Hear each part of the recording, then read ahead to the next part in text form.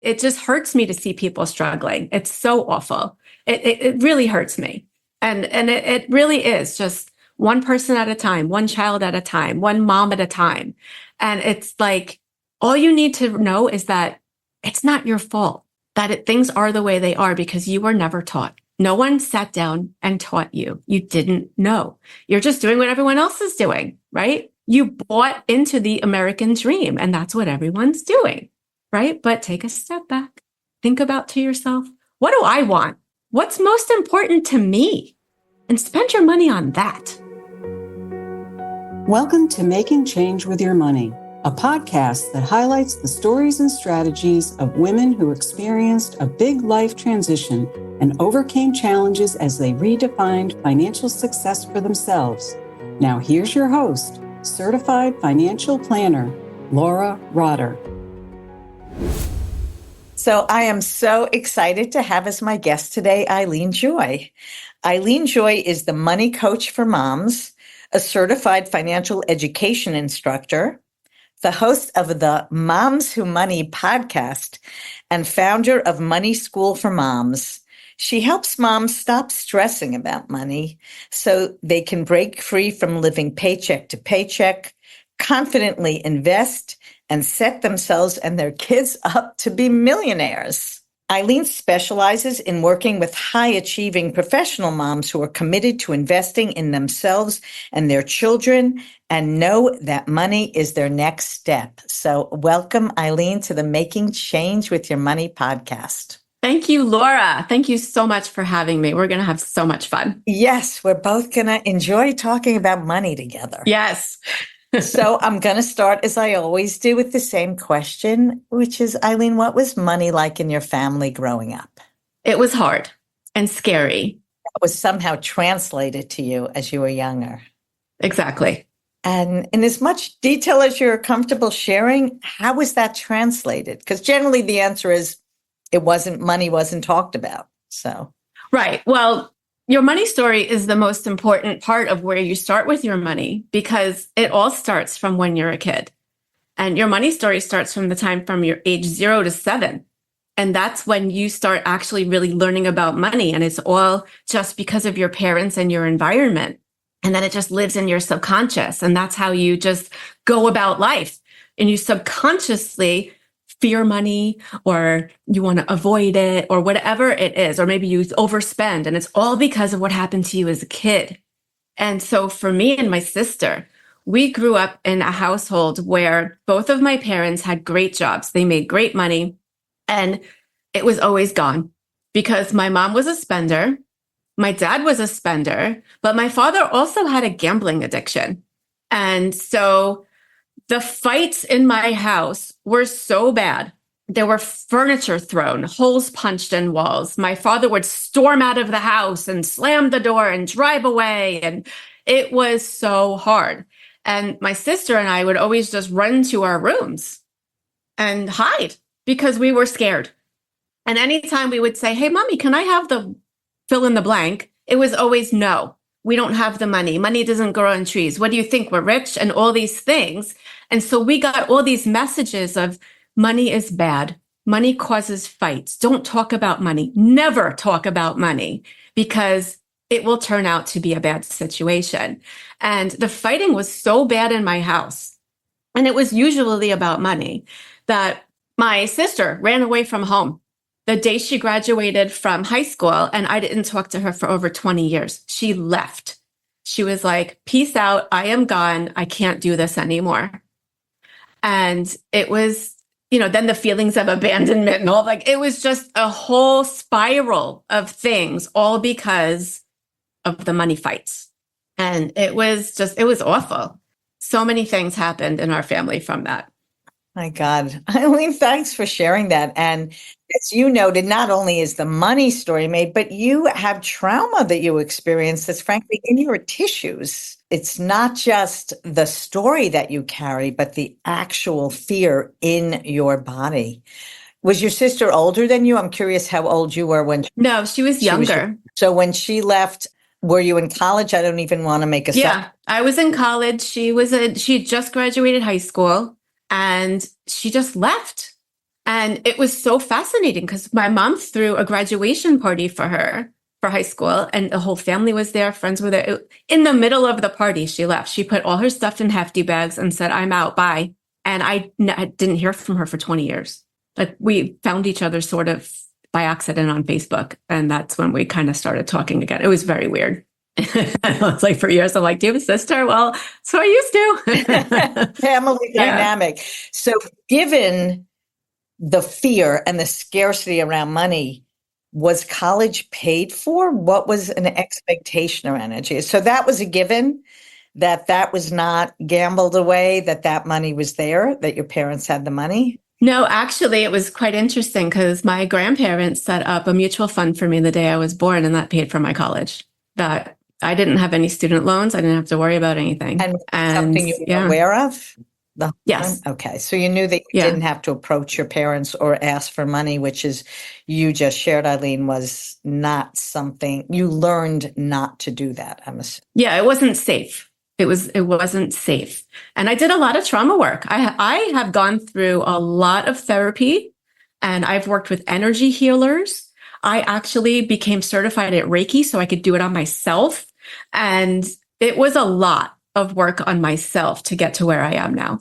I so appreciate that. That's a very heavy load. While you were still, one last question about. Yeah, keep asking. I'm an open book. So were you someone who had a job from early on, babysitting? Yes, I started working as soon as I could. And then I spent it all. Didn't save a dime. So please take us through your journey. What shifted for you? Because clearly now you've made money your life's work. So not surprisingly, perhaps. So what shifted for you? Well, the shift was many years later.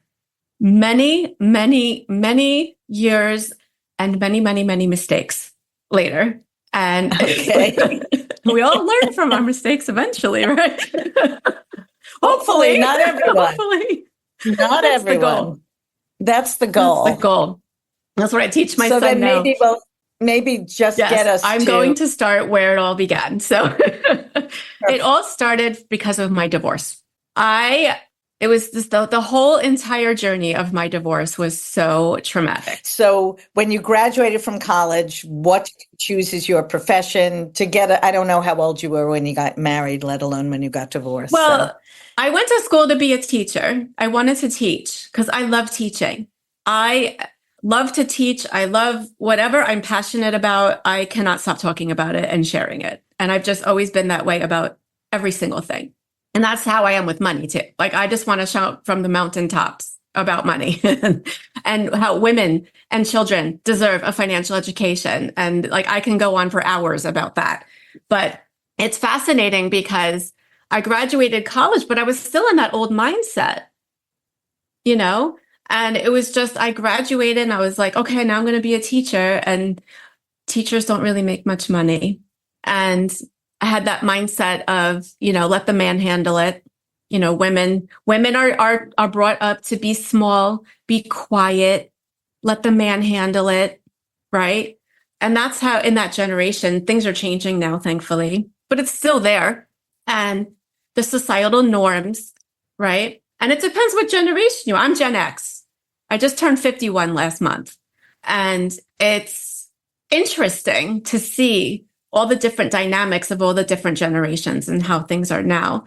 But for me, that's how I grew up, is just, and then my mom, I would hear my mom say to me, like, the messages I would hear from her is, be independent, be your own woman, do your own thing, because she was so fed up with my dad taking all the money.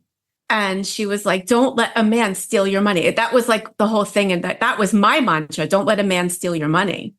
And so then when I finally graduated school and did all the things, and I got all these side jobs, and I was just working like crazy. I did all the MLMs and all the multi-level marketing and network marketing and all those companies. And I always had something going on, right? All the passive income, all the things, right? But I was still in the same mindset, right? And I was still spending too much, which led me to bankruptcy later on. So when did the marriage take place? Did you get married relatively young? I got married. Well, I dated I don't remember what year I met him. It was like late 90s. And we got married. I was 30. I got married, actually, I was 29. It was the week before I turned 30. And I didn't want to get married because my parents' marriage was so bad. And I was like, I kept saying, I'm never getting married, never getting married, never getting married. And then I finally got married and I was like, all right, I'm married. You know? But well, whatever. And then I'm like, never having kids, never having kids, never having kids. Now I've got a 12-year-old who's my best friend. I was going to say best thing you ever did. Best thing that came out of my marriage. But, I married a spender who was also a narcissist, just like my mother. And so it was just all these patterns, right? Pattern. We all follow patterns until our subconscious becomes conscious, right? We just live with just the patterns that are ingrained in us until we realize what we're doing, right? We have that aha moment. Right. Often something happens. Right. We have the aha moment. And for me, it was, first of all, the bankruptcy and then the divorce and all of the other things. And I lost everything in my divorce, everything. I had to sell my house to pay for my divorce. I had to get a new job because I was working with my sister-in-law at the time, who made the office a very toxic place. And so I quit and found a new job and thankfully found an even better job. Thank you, universe. And then at the same time, while all this was going on, my son and I got into a really bad car accident and we both ended up in the hospital. My car was totaled. I still have a neck injury that I'm dealing with from that day. And that was in 2016. And it's just crazy. And then, so that was all happening at the tail end of the bankruptcy. And just, it sounds like a really bad country song, right? It's just like all of it happening to me all at once. And it was so hard, right? But because I am who I am, and I'm very persistent. And I now was a single mom with a 5-year-old. And I'm like, okay, now what? First, I had to get myself up off the floor from, crying, because I had to go through that, right? And get my support system, which is so important to get around you, right? You need to have a support system, which thankfully I was blessed with finding. And because I took one step after another and I kept moving forward, and I said, okay, well, what do I need to do? Right. And I had to make a decision, right? I had to decide, do I want to stay here on the floor in this fetal position crying, or do I want to be the strong, independent, empowered woman that I'm meant to be and show my son that his mom is a badass and can just, seize the day, right? And so I chose that. I would say, Eileen, I know we're often more motivated by the people we love and serve than even by taking care of ourselves. I mean, I hear you, and you are a strong woman, and having a 5-year-old son, wanting to be a role model for him, clearly came through and motivated you even more. Yeah. And so I just said, okay, well, what do I got to do next? What do I have to do next? So obviously I had to find a new job. I had to get a new car to get to said job, and I had to find somewhere to live and all the things. Were you teaching at that point? And when you were working for yourself? I went through many, many, many different jobs since then. But at that time, I was doing real estate, and I also was doing insurance, which was very interesting. So I have a mortgage background, an insurance background, a real estate background, financial background, worked on the stock market, did all the things. Right. All the things over the years, which led me and which is so fascinating that we ended up bankrupt. And it was funny because my ex had over $100,000 worth of credit card debt that we never spoke about because we don't talk about money, right? Money causes fights. That was my story. And it's probably, as you know now from the work you're doing and we'll learn about, that is so not unique. I mean, I work with clients where the wife will then call me separately and say, I have a little bit of credit card debt. I haven't shared it. Or people contact me and say, we thought we were fine. And then I found out my husband spent his retirement account and has credit card debt. I mean, it's hard to talk about money. And when you have fear and guilt. Okay, so what did you do when you had to start lifting yourself up by the bootstraps and put one foot in front of the other? Well, I mean, honestly, the first thing I did was get a therapist. Yay. I mean, it's a Right? scary That's thing really to step do. one. I mean, we can look now and No, say, of but course, necessary. but it costs money hmm and you were It's willing. worth every penny. Exactly. You know what? The best investment is to invest in yourself. I say that every single day. The best investment is yourself. Yes, especially for women. And for women, that's the hardest. Yes. And it's interesting. So let's talk about that. You have now a career that's geared towards women. I have found, I love working with women, having spent, many, many years of my life on trading desks with dudes.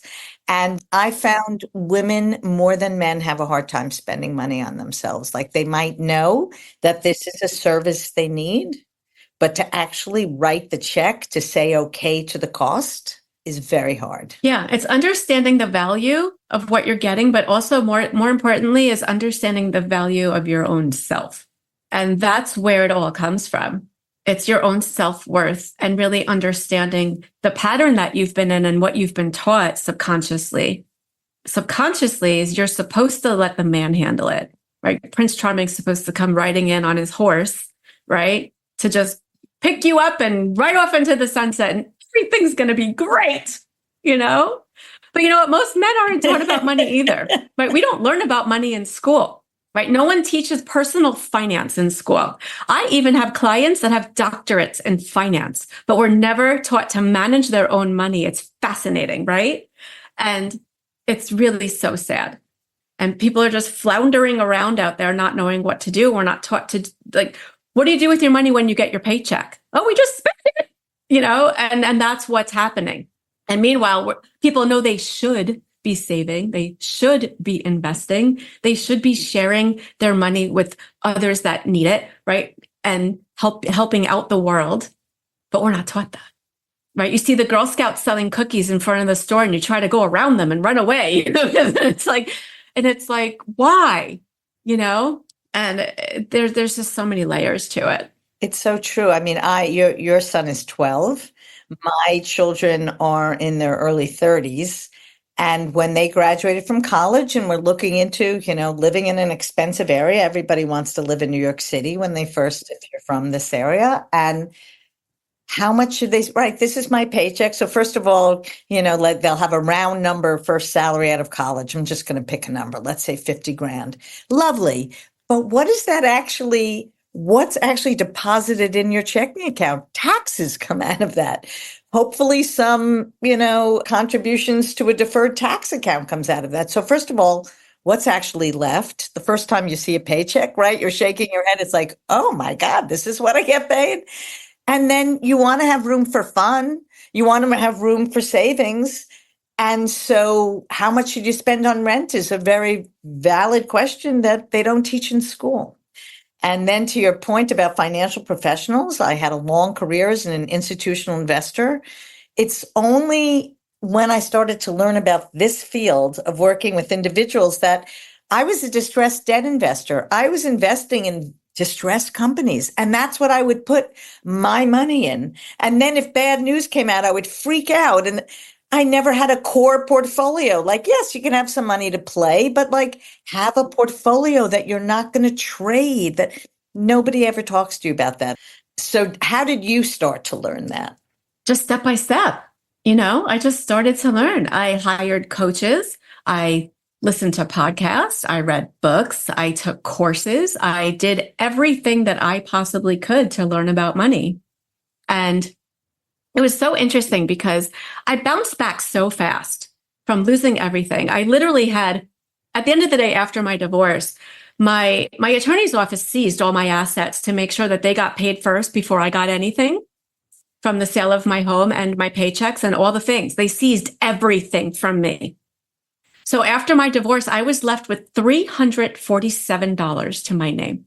That's all I had left in the world. And I had to start all over.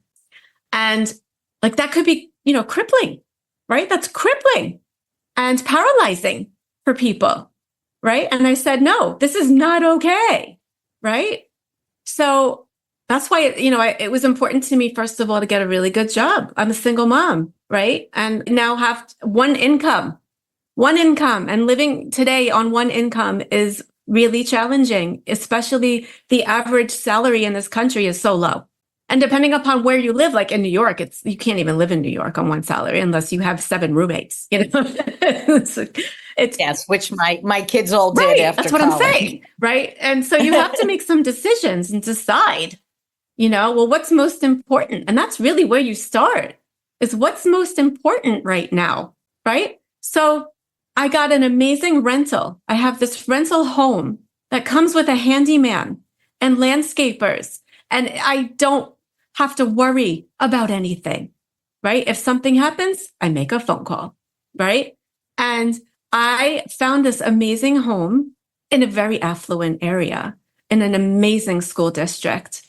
But I don't, and if the thing is I don't care what other people think, right? We're all following and keeping up with the Joneses, right? And that's why everyone thinks that they have to have the latest and greatest thing, the biggest and best car, the most amazing home, and it has to have, a 3-car garage and all of these things in the suburbs, and and then have a summer home and a boat and this, and it's like you have to have more and more and more and more, and that's why you have no money to save and invest, because you are trying to keep up with everyone else who is also trying to keep up with everyone else. And they have no idea what they're doing, right? They have no idea what they're doing financially. And when you really dig deep into what is really going on financially for most people, is they're in debt up to their eyeballs and wondering how they will ever get unstuck.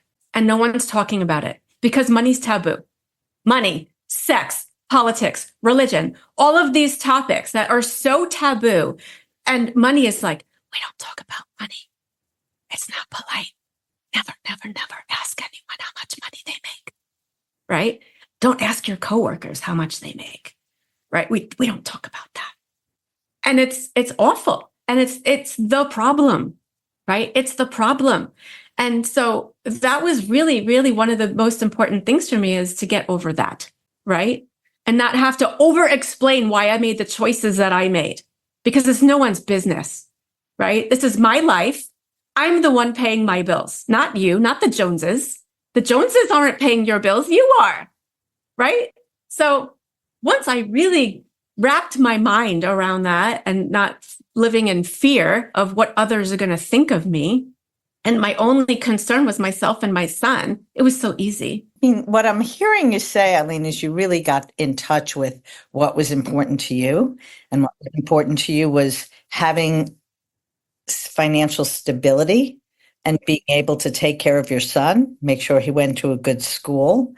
And that focus, and of course, I assume a lot of work with your therapist, took away the fear and took away look, we're all human, the inevitable comparisons we make with others. And I'm not unique as a financial professional, but your story brings to mind what was so surprising to me. When I first started, I did not have an office, and I would go to people's homes. And I still talk about the one day that the first home I went to was an older woman in a polyester pantsuit. It was a row house, an attached home. She had little glass menagerie figures. Her big night out was playing bingo at the church. And she had a several $1,000,000 investment portfolio. And then I went from her house to a large palatial home. I remember in the foyer, it had, a grand piano and floor to ceiling windows looking out on their pool, and everything was pristine and immaculate. And they had less than $1,000,000 to their name. The husband was already drawing Social Security and was close to retiring. And they had 2 kids who were about to go to college, and they were not going to limit.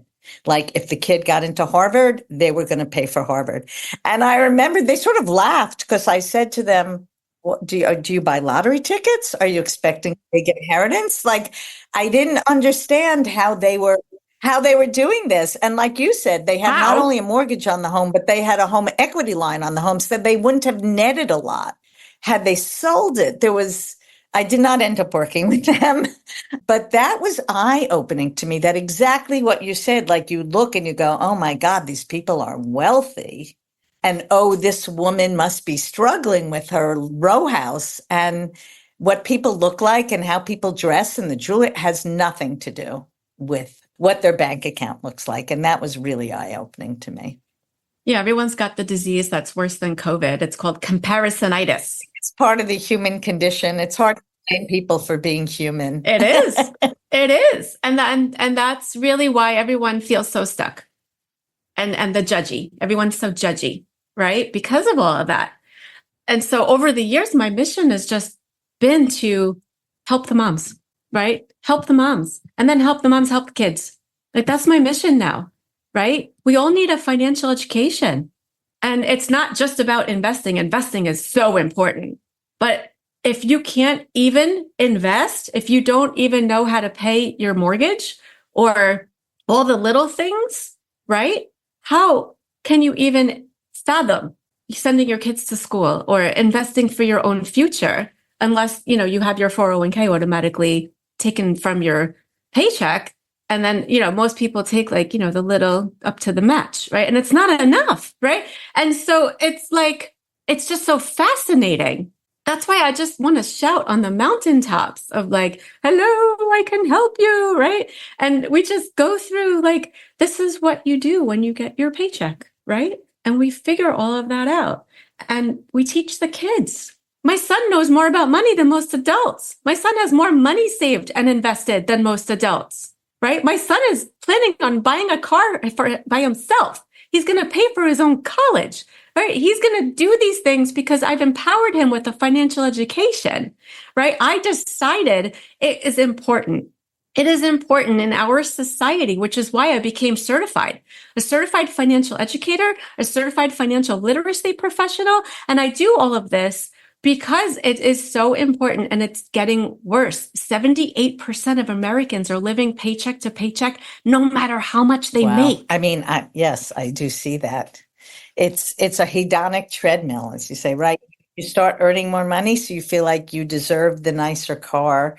I mean, I certainly went through it myself. I don't have quite the financial trauma you did, but I did live in a rent control apartment that my mother, passed away in. And I found out afterwards that my parents would have to choose which bill they were going to pay. So it's not surprising that both my sister and I became the primary breadwinners of our family. And when I started to earn more money, I bought a bigger house, we bought a vacation home, and the overhead just gets larger and larger. I luckily made enough money that there was still enough left over to save, but I certainly recognize the pull and also the lack of knowledge. And as you said, investing, of course, is important, but everything, people come to me and say, how should I invest my money? I'm like, we're not going there yet.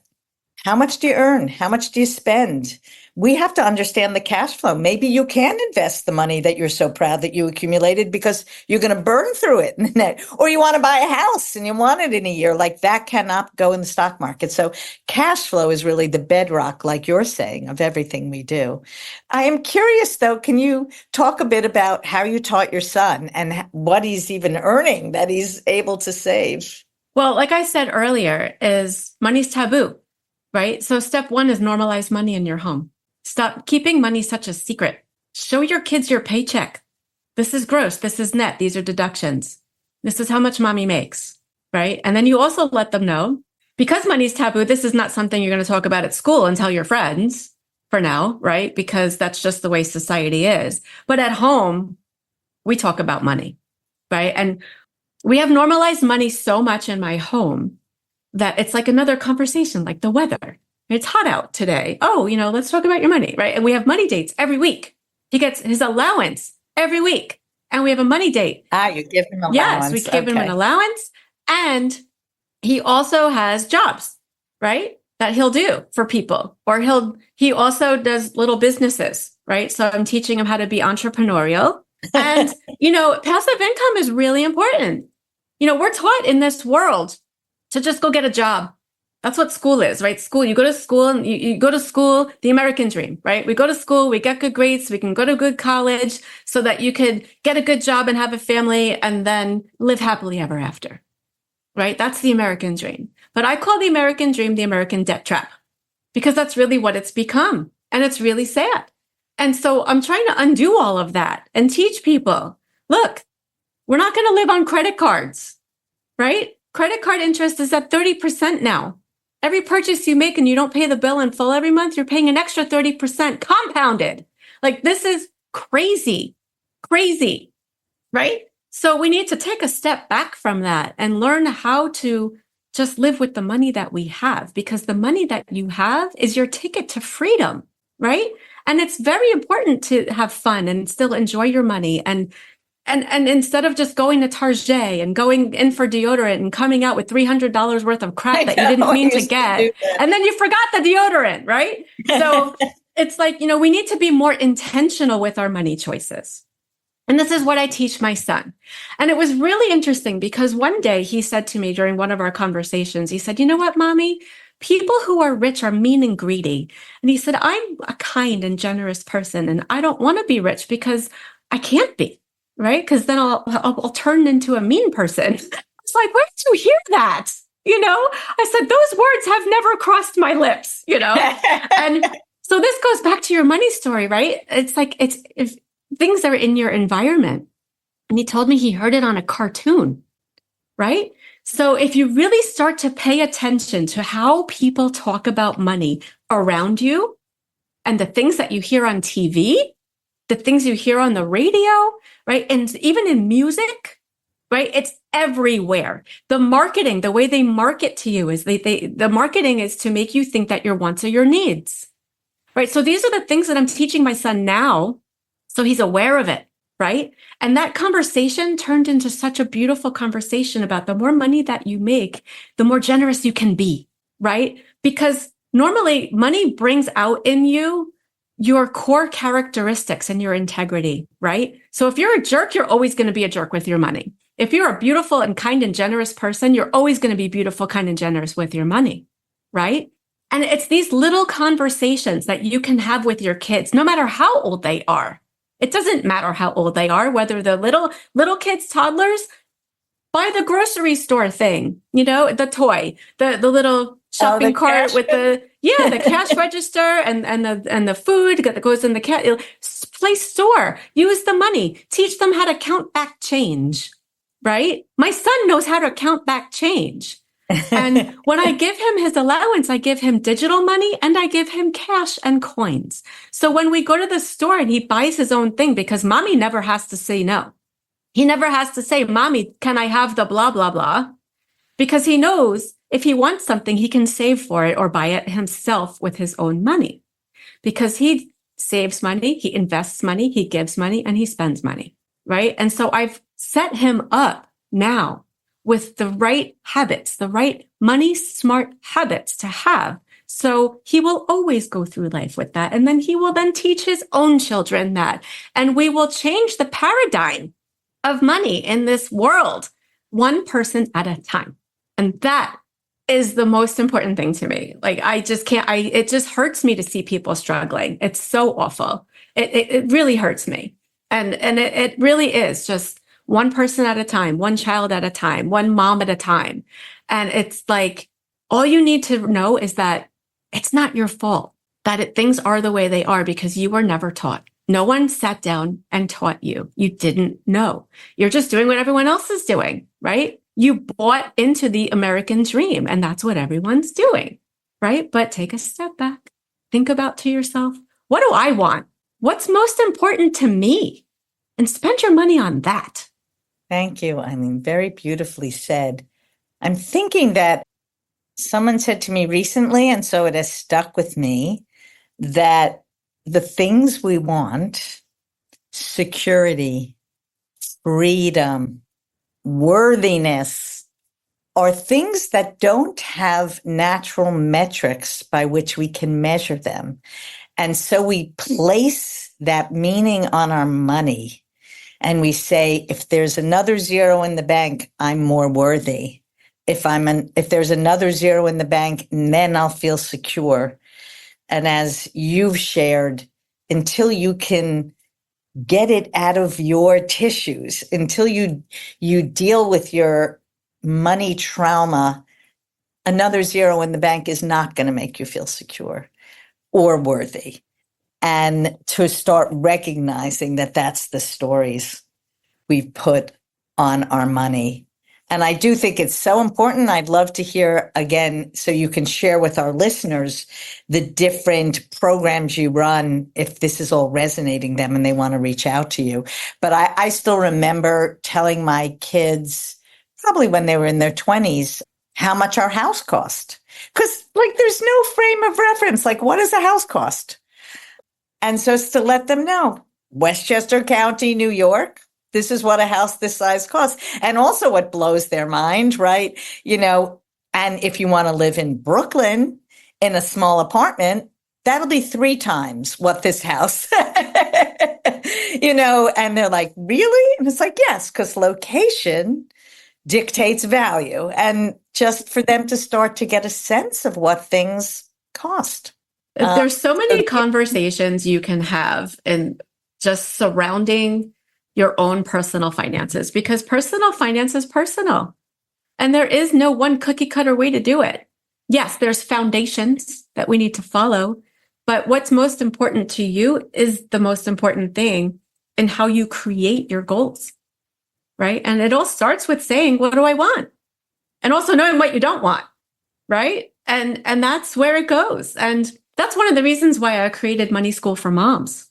And it's so important that we know the foundations, but we also know that learning about money is a 2-step process, right? It's we need to understand the numbers, but we also need to understand our own self, our own subconscious minds, our own traumas, our own, how we approach money. How do we feel about money? Because if you can't manage $10,000 and you add a 0, you're not going to be able to manage $100,000 or even $1 million. So please talk about that Money School. What is it? Oh, yeah. Money School for Moms is a 12-week program that I created for moms. And we just start with day 1. We start with mindset and we dig in to your money mindset. And then we move on to building the life of your dreams through your money, step by step by step by step. And then we also teach your kids how to get them set up and do all the things that we need to do to change the paradigm of money in this world. And I also work with clients one-on-one if people want a more personalized experience. And it's so great. And then I also have one-off meetings if you just want someone to take a look, right? Or if you think you're doing okay, but you're not really sure and you want to maybe go over what you've got going on. I do that as well. I do quarterly meetings. I even customize different packages for people depending upon their needs. And I also have my podcast, which is it's a great name. Mostly money mindset. Oh, thank you. Moms Who Money. Yeah. And I just love what I do. I love helping people. I want to help the moms, right? I want to that's what I'm here for. That's my purpose. I want to help the moms and the kids. I want to help people. If you feel like you're struggling, it doesn't matter how much money you make, whether you're hardly making anything and struggling to make ends meet, or you're multiple 6 figures, right? Everyone's struggling in some way. I work with executive directors of companies who are petrified of their own money. It's fascinating because it's all in your body. It's so true. I think about couples. I mostly end up working with couples, and often the woman could be the primary breadwinner. Certainly very, very bright women who, when it comes to money, there is this story that they grew up with. I don't understand money. And it's just fascinating. Brilliant, brilliant women that somehow the numbers and the money is off-putting. The Money School for Moms, is that a synchronous, I assume everything's on Zoom. You're doing everything. Is that? Yes. Everything's on Zoom. And does it start and end at a certain time? Or is it something that you can do on your own? Right now, I have it as a live program because I like to teach and I want to answer your questions personally. Yes. And I have found that people that do online programs by themselves tend to never finish them. I agree. Because they get too intimidated, they get stuck, and then they have no one to ask a question.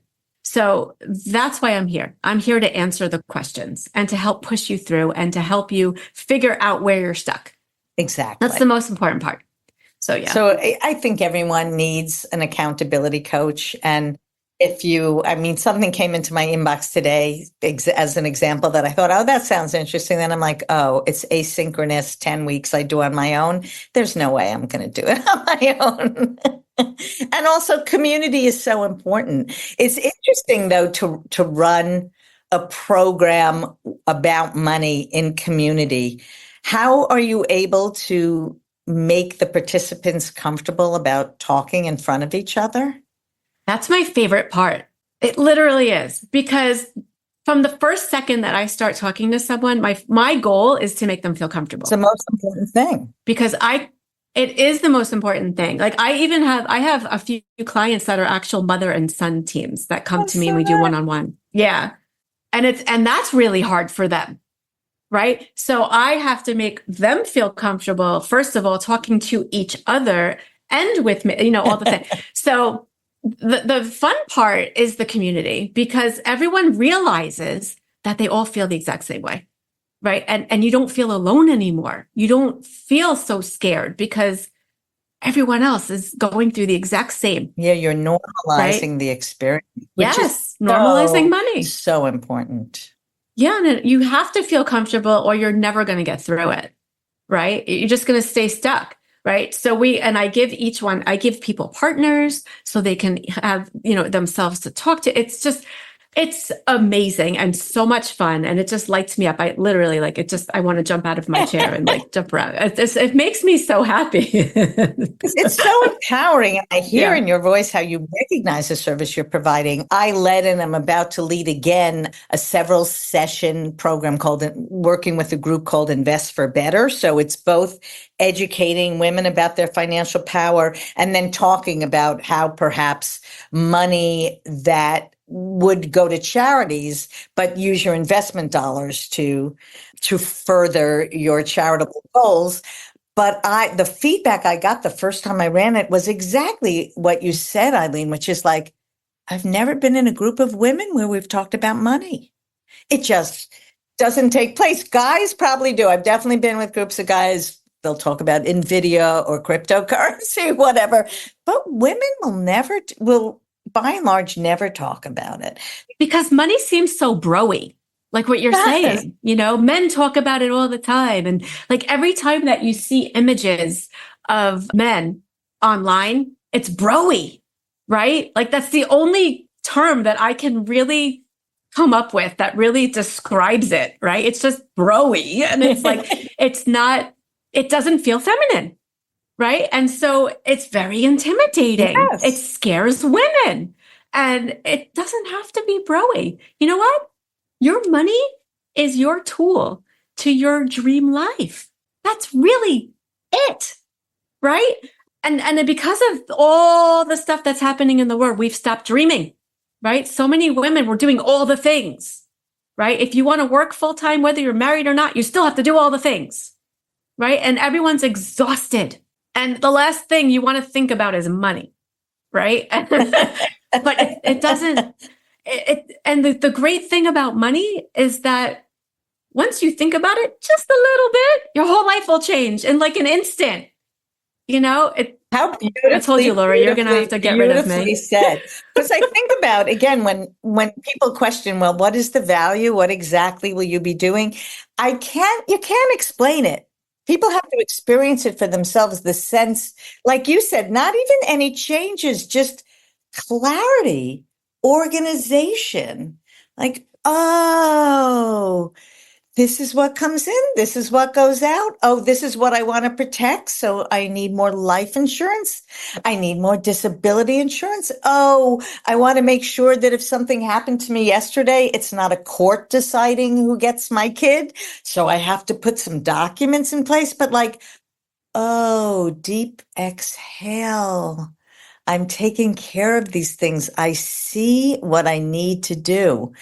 And most of us don't. Most of us have this big mush that's like a credit card where everything goes in and you have no idea. And just, it's like taking a deep breath, sitting down, getting clarity makes all the difference in the world and creates a sense of empowerment. So, Eileen, is there anything that you'd like to share? I see you mentioned you have a free resource for our listeners. I do. I do. But the number one thing that you can do right now is just draw a line in the sand and make a decision, right? Make a decision that you're going to take the reins and take control of your money, because we all give our power away to it, right? So make the decision that today is the day. Now that you can't unhear this, right? Here is your permission slip, giving it to you right now, right? And just always remember, you are your own best investment. And I do have a free gift to help you do that. And I have this amazing guide. It's called 6 Steps to Money Smart Kids. And it is a perfect guide to help you to start normalizing money at home with your kids. And you can find it at momswhomoney.com/kids. I will, of course, put that in the show notes. Great. Thank you. We'll give that resource. And anything you'd like to add? You've said so many inspirational things already, Eileen, and your life story is a testament to what can be overcome and what can be achieved and what empowerment, specifically financial empowerment, looks like. So anything else you'd like to leave us with? Every woman deserves a financial education. Plain and simple. Every woman deserves a financial education, and then we need to teach our kids. And let's just change the paradigm. Change the paradigm of money. Let's just nip it in the bud, move forward, and stop being afraid of it. And let's enjoy the rest of our lives, because life is short. We have a blip of time on this planet. We have 18 summers with our kids, and then they're off. And we're hoping that we can maybe go on a family vacation again, right? And it's like, let's enjoy, take a step back, breathe, enjoy your life, really take a step back and stop comparing yourself, and just know what you want in this lifetime, and what's important to you will bring you joy and happiness, and let your money provide that for you. Thank you so much, Eileen. This was, as I said, an inspirational and important conversation.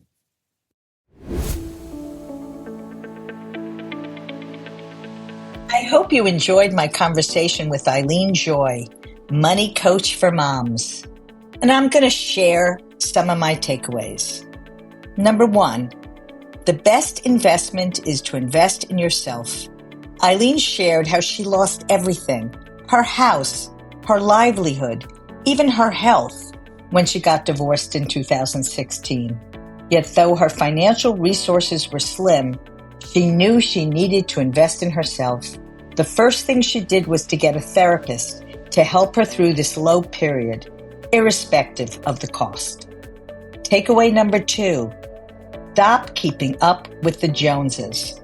Eileen lives in an amazing home, a rental in a good school district that comes with a handyman and landscapers. She doesn't have to spend anything to maintain it. She knows what is important to her, rather than following our culture's message that you need a large home with a 3-car garage and a vacation home and a boat, which leaves most of us with little to no savings and up to our eyeballs in debt. Takeaway number 3, normalize the discussion of money in your home.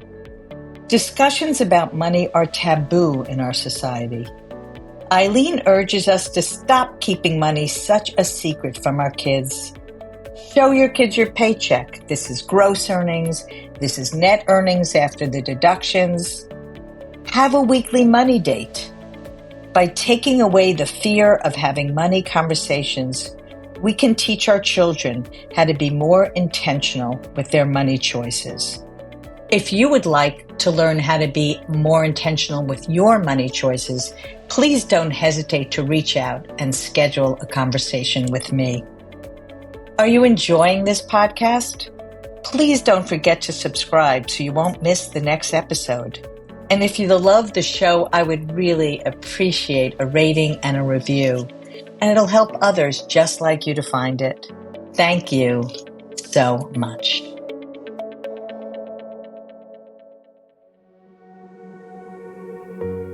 Thanks for for listening to Making Change with Your Money. Certified financial planner Laura Rotter specializes in helping people just like you organize, clarify, and invest their money in order to support a life of purpose and meaning. Go to www.trueabundanceadvisors.com/workbook for a free resource to help you on your journey. Disclaimer, please remember that the information shared by this podcast does not constitute accounting, legal, tax, investment, or financial advice. It's for information purposes only. You should seek appropriate professional advice for your specific information.